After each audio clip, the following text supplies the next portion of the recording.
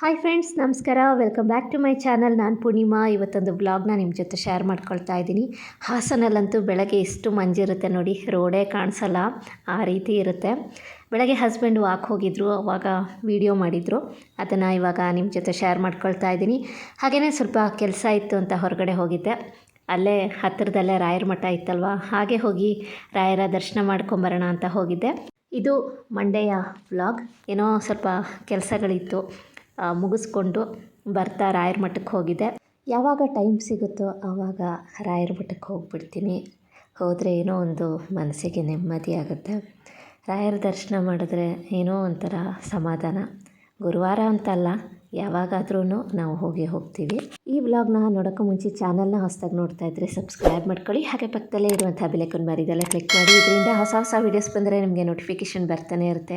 Video ಇಷ್ಟ ಆದಲ್ಲಿ like ಮಾಡಿ, ಕಮೆಂಟ್ ಮಾಡಿ, ಹೆಚ್ಚು ಜನಕ್ಕೆ ವಿಡಿಯೋನ ಶೇರ್ ಮಾಡಿ. ನಾನು ಎಷ್ಟು ಕರೆಕ್ಟ್ ಟೈಮ್ಗೆ ಹೋಗಿದ್ದೆ ಅಂದರೆ, ಅಲಂಕಾರ ಎಲ್ಲ ಮುಗ್ದಿತ್ತು, ಮಹಾಮಂಗಳಾರತಿ ಮಾಡುವಂತಹ ಸಮಯ ನೋಡಿ. ಅಲಂಕಾರ ಎಲ್ಲ ಮುಗಿದು ಇವಾಗ ಮಹಾಮಂಗಳಾರತಿ ಮಾಡ್ತಾ ಇರುವಂಥದ್ದು. ಇವಾಗ ಶ್ರೀನಿವಾಸ ಮೂರ್ತಿಯ ಅಲಂಕಾರ ಹೇಗಿದೆ ಅಂತ ತೋರಿಸ್ತಾ ಇದ್ದೀನಿ. ಹಾಗೆ ಇಲ್ಲಿ ಲಕ್ಷ್ಮೀ ದೇವಿಯ ಸನ್ನಿಧಾನ ಕೂಡ ಇದೆ.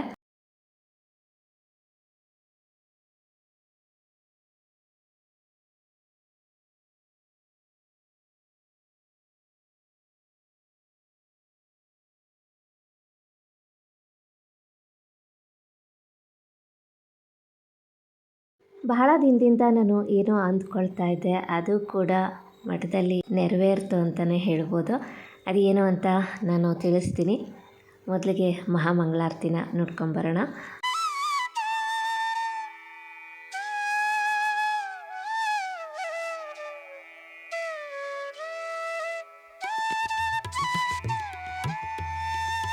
ನಿಜಕ್ಕೂ ನಾನು ಮಠಕ್ಕೆ ಹೋಗಿದ್ದು ಎಷ್ಟು ಒಳ್ಳೆಯ ಸಮಯ ಅಂತ ಅಂದರೆ, ಸತ್ಯನಾರಾಯಣ ಸ್ವಾಮಿಯ ಪೂಜೆಯನ್ನು ಯಾರೋ ಮಾಡಿಸ್ತಾಯಿದ್ರು.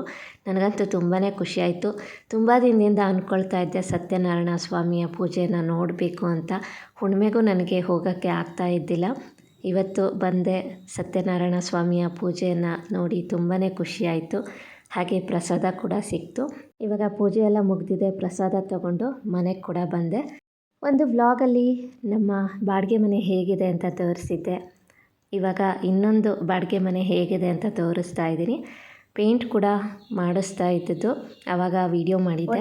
2 ಬಾಡಿಗೆ ಮನೆ ಇದೆ. ಆ ಕಡೆ ಮನೆ ಖಾಲಿಯಾದಾಗ ನಾನು ವಿಡಿಯೋ ಮಾಡಿ ತೋರಿಸಿದ್ದೆ. ಇವಾಗ ಈ ಕಡೆ ಮನೆ ಖಾಲಿಯಾಗಿದೆ, ಪೇಂಟ್ ಕೂಡ ಮಾಡಿಸ್ತಾ ಇದ್ದೀವಿ. ಅವರಿದ್ದಾಗ ಬಂದು ನಾನು ವಿಡಿಯೋ ಮಾಡಲಿಲ್ಲ. ಅವರು ಮಧ್ಯಾಹ್ನ ಊಟಕ್ಕೆ ಹೋಗಿದ್ದರು. ಆವಾಗ ಬಂದು ವಿಡಿಯೋ ಮಾಡೋಣ ಅಂತ ಅಂದ್ಕೊಂಡೆ, ಆದರೆ ಅವರು ಲಾಕ್ ಮಾಡ್ಕೊಂಡು ಹೋಗ್ಬಿಟ್ಟಿದ್ರು.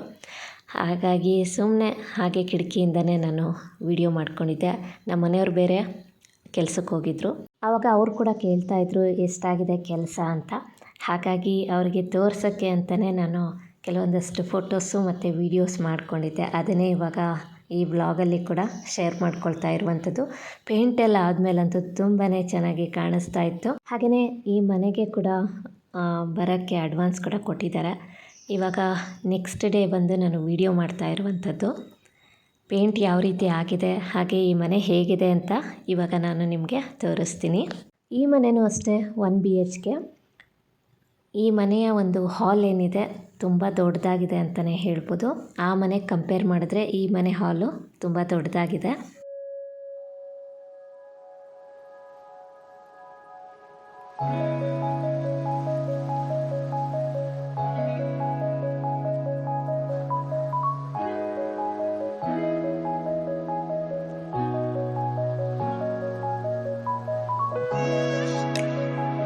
ಇದು ಬಾತ್ರೂಮು.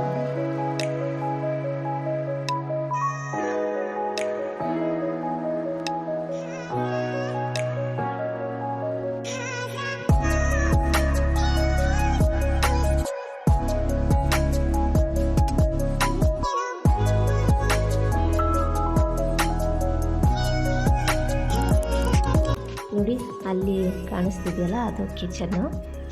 ಇವಾಗ ರೂಮ್ ಹೇಗಿದೆ ಅಂತ ತೋರಿಸ್ತೀನಿ.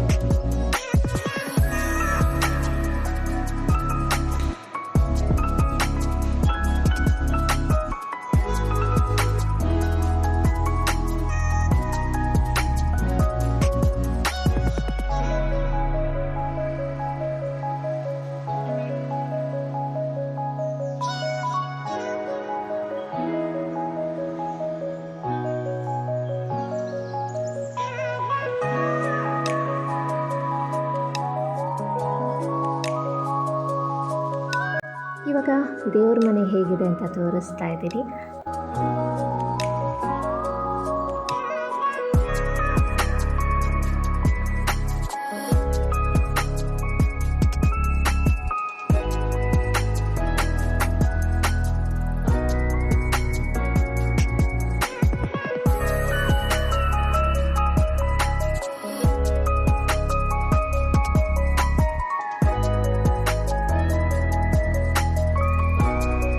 ಇವಾಗ ಕಿಚನ್ ಹೇಗಿದೆ ಅಂತ ತೋರಿಸ್ತಾ ಇದ್ದೀನಿ. ಕಿಚನ್ನು ಸ್ವಲ್ಪ ಚಿಕ್ಕದಾಗಿದೆ. ಇದು ಆ ಕಡೆ ಮನೆದು ಕಿಚನ್ನು ತುಂಬ ದೊಡ್ಡದಾಗಿ ಬಂದಿದೆ, ಆದರೆ ಈ ಕಡೆ ಮನೆದು ಹಾಲ್ ದೊಡ್ಡದಾಗಿದೆ, ಕಿಚನ್ನು ಸ್ವಲ್ಪ ಚಿಕ್ಕದಾಯಿತು. ಹಾಗೆ ಮನೆ ಖಾಲಿ ಮಾಡುವಾಗ ಈ ಮನೆಯವರು ಕಿಚನ್ನಂತೂ ಕ್ಲೀನೇ ಮಾಡಿರಲಿಲ್ಲ. ಅಷ್ಟು ಗಲೀಜಾಗಿತ್ತು ಅಂದರೆ ನಿಜಕ್ಕೂ ಅವರು ಕ್ಲೀನೇ ಮಾಡಿದ್ದಿಲ್ಲ ಅಂತ ಅಂದ್ಕೊಳ್ತೀನಿ. ಆ ಕೌಂಟ್ರ್ ಟಾಪ್ ಮೇಲಾಗಿರ್ಬೋದು, ಟೈಲ್ಸ್ ಆಗಿರ್ಬೋದು, ಎಲ್ಲ ಕಡೆ ಎಣ್ಣೆ ಸಿಡಿದ್ಬಿಟ್ಟಿತ್ತು. ಹೇಗೆ ಕಟ್ಕೊಂಡಿತ್ತು ಅಂದರೆ ನೋಡೋಕ್ಕೂ ಅಸಹ್ಯ ಆಗ್ತಾಯಿತ್ತು, ಆ ಥರ ಇತ್ತು. ಮನೆ ಖಾಲಿ ಮಾಡುವಾಗ ಮುಂಚೆನೇ ಇದನ್ನೆಲ್ಲ ಕ್ಲೀನ್ ಮಾಡಿ ಕೊಟ್ಟು ಹೋಗಬೇಕು. ಹೋಗೋ ಅರ್ಜೆಂಟಲ್ಲಿ ಅವ್ರು ಖಾಲಿ ಮಾಡಿದ್ದೆ ನೈಟು. ಹಾಗಾಗಿ ನಮಗೂ ಅದು ಅಷ್ಟು ಗೊತ್ತಾಗಲಿಲ್ಲ. ಆಮೇಲೆ ನೋಡಿದ್ರೆ ಸಿಕ್ಕಾಪಟ್ಟೆ ಗಲೀಜಾಗಿತ್ತು. ನಮಗಂತೂ ತುಂಬಾ ಬೇಜಾರಾಯಿತು. ಬಾತ್ರೂಮು ಕ್ಲೀನ್ ಮಾಡಿಕೊಟ್ಟಿದ್ರು, ಆದರೆ ಕಿಚನ್ ಅಂತೂ ಕ್ಲೀನೇ ಮಾಡಿರಲಿಲ್ಲ. ತುಂಬಾ ಬೇಜಾರಾಯಿತು. ಹಾಗೆಯೇ ಮನೆಗೆ ಬಂದಾಗ ಎಲ್ಲ ಐಟಮ್ಸ್ ತಂದಿರ್ತಾರೆ, ಆದರೆ ಖಾಲಿ ಮಾಡುವಾಗ ಎಲ್ಲ ಅಲ್ಲಲ್ಲೇ ಬಿಡೋದು, ಈ ಥರ ಎಲ್ಲ ಮಾಡ್ತಾರೆ. ನಮಗಂತೂ ತುಂಬಾ ಬೇಜಾರಾಗುತ್ತೆ. ಎಲ್ಲ ಬಾಡಿಗೆಯವರು ಅದೇ ರೀತಿ ಮಾಡೋದಿಲ್ಲ, ಕೆಲವ್ರು ಮಾತ್ರ ಈ ರೀತಿ ಮಾಡ್ತಾರೆ. ಮನೆ ಕೊಡುವಾಗ ನಾವು ಯಾವ ರೀತಿ ಕೊಟ್ಟಿರ್ತೀವಿ, ಆದರೆ ಅವರು ಖಾಲಿ ಮಾಡೋ ಅಷ್ಟೊತ್ತಿಗೆ ಅದು ಇನ್ನೊಂದು ಕತೆ ಖಂಡಿತ ಆಗಿರುತ್ತೆ. ಅಷ್ಟು ಗಲೀಜಾಗಿರುತ್ತೆ. ಮನೆ ಖಾಲಿ ಮಾಡುವಾಗ ಎಲ್ಲನೂ ತೊಗೊಂಡು ಹೋಗಬೇಕು, ಆದರೆ ಕೆಲವರಂತೂ ತೊಗೊಂಡೇ ಹೋಗಲ್ಲ, ಎಲ್ಲನೂ ಅಲ್ಲಲ್ಲೇ ಬಿಟ್ಟು ಹೋಗಿರ್ತಾರೆ. ಅದು ಮತ್ತೆ ನಮಗೆ ಇನ್ನೊಂದು ಕೆಲಸ ಆಗುತ್ತೆ. ಮತ್ತು ಅದನ್ನೆಲ್ಲ ನಾವು ಕ್ಲೀನ್ ಮಾಡಬೇಕಾ ಹೇಳಿ, ನಮಗೆಷ್ಟು ಬೇಜಾರಾಗುತ್ತೆ. ಮನೆ ಕಟ್ಟಿ ಬಾಡಿಗೆ ಕೊಟ್ಟ ಓನರ್ಗಳಿಗೆ ಇಂಥ ಎಕ್ಸ್ಪೀರಿಯೆನ್ಸ್ ಖಂಡಿತವಾಗ್ಲೂ ಆಗಿರುತ್ತೆ. ಮನೆ ನೀಟಾಗಿ ಇಟ್ಕೊಳ್ಳಿ ಅಂತ ಹೇಳಿಬಿಟ್ಟೇ ನಾವು ಮನೆ ಕೊಟ್ಟಿರ್ತೀವಿ. ಹ್ಞೂ ಅಂತ ಹೇಳಿ ಅವರು ಕೂಡ ಬರ್ತಾರೆ, ಸ್ವಲ್ಪ ದಿನ ಎಲ್ಲ ನೀಟಾಗಿ ಇಟ್ಕೊಂಡಿರ್ತಾರೆ. ಎಲ್ಲ ಬಾಡಿಗೆಯವರು ಹಾಗೆ ಮಾಡೋದಿಲ್ಲ, ಕೆಲವು ಬಾಡಿಗೆಯವರು ನೀಟಾಗಿ ಇಟ್ಕೊಂಡಿರ್ತಾರೆ ಮನೇನ. ಇನ್ನು ಕೆಲವರು ಬಾಡಿಗೆ ಮನೆ ಅಲ್ವಾ ಅಂತ ನೀಟಾಗಿ ಕೂಡ ಇಟ್ಕೊಂಡಿರೋದಿಲ್ಲ. ಇವತ್ತು ಒಂದು ಚಿಕ್ಕದಾದಂಥ ವ್ಲಾಗ್ನ ಶೇರ್ ಮಾಡ್ಕೊಂಡಿದ್ದೀನಿ. ನಮ್ಮ ಬಾಡಿಗೆ ಮನೆ ಹೇಗಿದೆ ಅಂತ ನಿಮಗೂ ಕೂಡ ತೋರಿಸಿದ್ದೀನಿ. ಈ ವಿಡಿಯೋ ನಿಮಗೂ ಇಷ್ಟ ಆಗಿದೆ ಅಂತ ಭಾವಿಸ್ತೀನಿ. ಇನ್ನಷ್ಟು ಒಳ್ಳೊಳ್ಳೆ ವ್ಲಾಗ್ಸ್ಗಳಿಗಾಗಿ ಚಾನಲ್ನ ಸಬ್ಸ್ಕ್ರೈಬ್ ಮಾಡಿ ಸಪೋರ್ಟ್ ಮಾಡಿ. ಇವತ್ತಿನ ವಿಡಿಯೋ ಇಷ್ಟ ಆದಲ್ಲಿ ಲೈಕ್ ಮಾಡಿ, ಕಮೆಂಟ್ ಮಾಡಿ, ಹೆಚ್ಚು ಜನಕ್ಕೆ ವಿಡಿಯೋನ ಶೇರ್ ಮಾಡಿ. Thank you for watching.